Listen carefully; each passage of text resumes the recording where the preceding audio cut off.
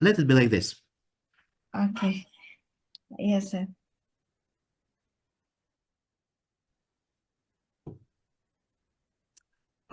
The first regular description of the multi-component diffusion was proposed by Onsager in 1931, though the mathematical description of diffusion goes back to the 19th century. So, Onsager's model, in this model, the fluxes of components were expressed through various linear combinations of thermodynamic forces. Actually, it was an attempt to describe diffusion through thermodynamics.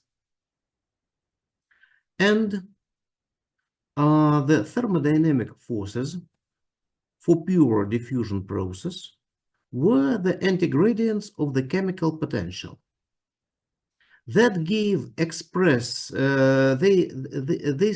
concept gave explicit expressions through concentrations, but it demanded Taylor expansion, and therefore was valid only in the vicinity of the equilibrium.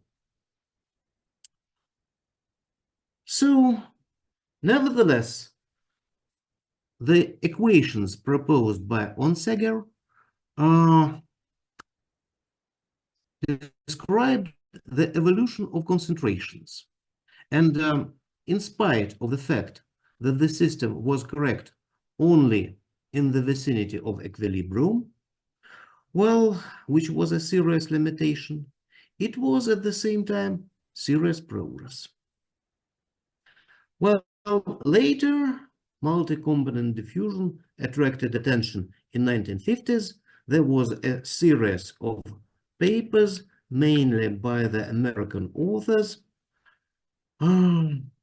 But in all these contributions, the diffusion operator stayed linear with respect to concentrations. Also, approximately at the same moment, in the 1950s, appeared the first equations with nonlinear concentration-dependent diffusion by Philip and a great review by Crank. But all these models were single component. A new wave of interest appeared in middle 80s. In 1986, Bykov, Garbany, and Yablonsky demonstrated, they have proved, that in order to keep the concentration values limited to the interval from 0 to 1, which is quite natural for normalized concentration, the multi-component diffusion must be nonlinear. All linear multi-component models may exhibit physically incorrect results. Well, they have not only demonstrated this interesting feature, but they have also proposed the new multi-component nonlinear concentration-dependent diffusion model, which was based on the chemical law, the law of mass action. Later, they have studied this model in a series of works. And today, we are going to investigate this model and prove some interesting facts concerning it. First of all, that's how the model looks like. This is the application of mass action law to the diffusion forces for two species. The concentrations of species are C1 and C2, and the solvent, which is also present in this model, does not appear explicitly. It doesn't need a separate equation, but it comes into the constant C max. Well, you see that point number one, all elements of this model are always non-negative. If you look at the matrix in square brackets, this is the first, the second, the third, and the fourth components of the matrix, you will see that first, they are always non-negative because Cmax is the maximum possible concentration of two species together, C1 and C2, thus the bracket is positive. Separately, C1 and C2 are also initially positive, and as Bykov, Garmany, and Yablonsky have shown, these solutions will be always limited to the interval from 0 to 1. As far as the boundary conditions are concerned, we suppose that these are the no-flux conditions, which is typical for chemical processes in the closed reservoir. So this matrix, the right-hand side of this model, has positive coefficients and is positive defined, which gives us a hope that somehow its solutions will behave approximately like the solutions of the diffusion equation. We will see that this is not always so, nevertheless. So the good feature of this model is that concentrations remain bounded for any positive time t and for any value of x. Now, here is what we have done with the model of Garmany, Bykov, and Yablonsky. We have rewritten the right-hand side as a sum of two expressions. The first term, here it is, contains the diagonal part of the diffusion matrix, MdM. The second part includes the remaining terms that are nonlinear. Additionally, we introduce the parameter mu, which is between 0 and 1. It was not present in the original model. Well, also, we normalize this system. Now the coefficients the concentrations are between 0 and 1. And the diffusion coefficients, D1 wave and D2 wave, are expressed as follows. Once again, here, D1 and D2 without waves are the diffusion coefficients obtained from, say, molecular kinetics theory. Then Cmax is the maximal concentration of sum of C1 and C2. This is the constant which can be found experimentally as well. And L is the size of our region in which we consider the process. So X now varies also from 0 to 1. And the same no-flux condition. In our model, the case mu equals 0 gives us only the constant diagonal diffusion matrix. Well, and this is the model which is known from the 19th century and widely used in various applications. But we should pay attention. We do not consider any chemical reactions. Thus, For mu equals 0, the first and the second species diffuse independently. Actually, it's not much of a system. Now, when mu equals 1, this is the full model by Garbany and Bykov and Yablonsky. Well, it has concentration dependent, non-diagonal, completely non-diagonal, multi-component diffusion matrix. Well, the problem one, has the uniformal steady state solution. C1 and C2 are constants, and actually they're integrals of phi 1 and phi 2, the initial conditions. This solution is the attractor for the majority of time-dependent solutions for any value of mu. Well, in this aspect, the constant diagonal model and the concentration non-diagonal model are alike.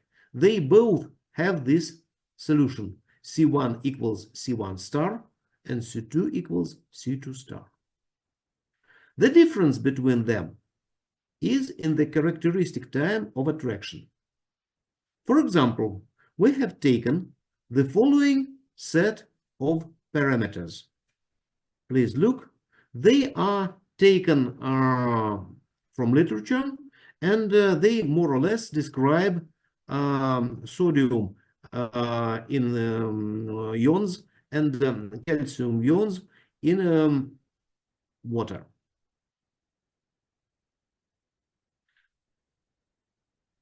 Here is the initial condition. Black line is the concentration of species number 1. Red line is the concentration of species number 2. Solid lines correspond to their mu equal 0, that is diagonal linear diffusion, and dotted lines, which cannot be seen here because they coincide with solid lines, are non-diagonal and non-linear diffusion. What happens? As the process goes on, our solutions tend to the uniformal steady state C1 equals C1 star and C2 equals C1 star. But they do it with different rate. Look, the solid lines evolve much faster than the dotted lines. Particularly, it is well seen here. When time equals 20 units, then we see that the diagonal linear diffusion gives us already the C1 star and C2 star constant solutions, while the nonlinear diffusion still evolves. And it will take 2000 units to evolve to this situation, which means that the velocity is 2 orders of magnitude greater in case mu equals 1 than in case mu equals 0 than in case mu equals 1. The non-linear diffusion is much slower. Well, but this is not the main thing. We have found out, and we have rigorously proved, that if our solutions have the initial distributions phi1 and phi2 satisfying the demand phi2 equals 1 minus phi1, then a strange thing happens. The nonlinear model has the second solution, which is also its steady state solution and probably we have a kind of bifurcation, because in the linear case, this solution certainly is absent, but in the nonlinear case, for mu greater than 0, we have one solution more. But it appears not for all initial value distributions, but only for those that satisfy this equation, phi2 equals minus 1 minus phi1. What's interesting, phi1 is any smooth function, well, which certainly satisfies the boundary conditions. And if the second initial condition, phi2, satisfies this equation, then we get the second steady state solution. Here we can see the result for t equals 20, and we see that, yes, when phi2 equals 1 minus phi1, then this is not only the initial distribution, this is also the new exact stable solution. And this time it is not uniformal in space. So the difference is only in satisfying this phi2 equals 1 minus phi1. Well, you may ask whether this is a correct result or not. Maybe this is just a result of incorrect model. No. These results seem to be in very good agreement with nature. My next slide demonstrates the border between the Baltic and the Northern Sea at Skagen Cape. When the weather is still, and thus the convection is